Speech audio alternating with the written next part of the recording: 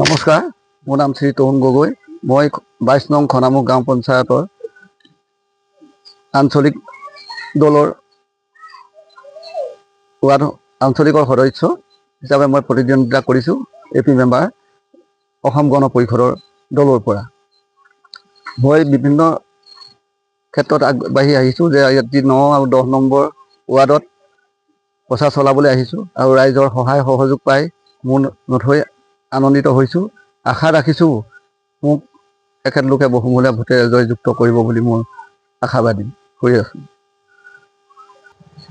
মই আমাৰ খনামুখত 4জনকৈ AP member প্ৰতিদ্বন্দ্বিতা হৈছে।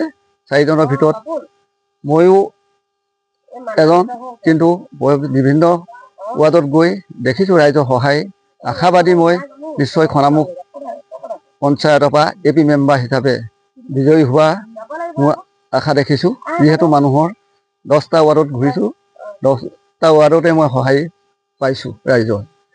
অনাগত দিনত যদি আমি জয়ী হৈ যাব পাৰোঁ, খনামুখ পঞ্চায়তৰ উন্নতিৰ হকে কাম কৰি যাবলৈ যথোপনাস্তিক চেষ্টা চলাই যাম।